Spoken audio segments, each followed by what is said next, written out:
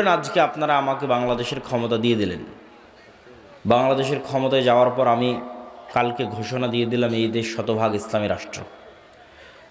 ঘোষণা দেওয়ার 1 সেকেন্ডের মধ্যে ভারত এবং আমেরিকা বাংলাদেশকে বয়কট করবে অর্থনৈতিকভাবে। অর্থনৈতিকভাবে বয়কট করার পর বাংলাদেশে এখন যে সুযোগ সুবিধা আপনারা ভোগ করতেছেন সেই সুযোগ সুবিধার ভোগ করতে পারবেন না। এই বিদ্যুৎ আর থাকবে না, থাকবে অনেক অল্প, হয়তো 20%, যতদিন না পূর্ণাঙ্গ উৎপাদন না করা হয়েছে। ভারতের আদানির লাইন বন্ধ করে দিবে, আরও কত কি, রাশিয়ারটাও বন্ধ হয়ে যেতে পারে, সব বন্ধ হয়ে যাবে। বিদেশ থেকে ডলার আসবে না, ইউরো আসবে না, প্রবাসীদের ধরে ধরে পাঠিয়ে দেবে, অনেক কিছু। গার্মেন্টসে ক্রয় আদেশ বাতিল হয়ে যাবে।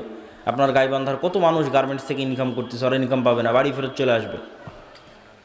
তো যখন দেখবেন যে এরকম ভয়ঙ্কর ম্যাসাকার চলতেছে, আপনি বলবেন যে রাখো তোমার দিন, রাখো তোমার ইসলাম, নামাও আবদুল্লাহকে, দরকার নাই, এর চেয়ে আগেরটাই ভালো ছিল।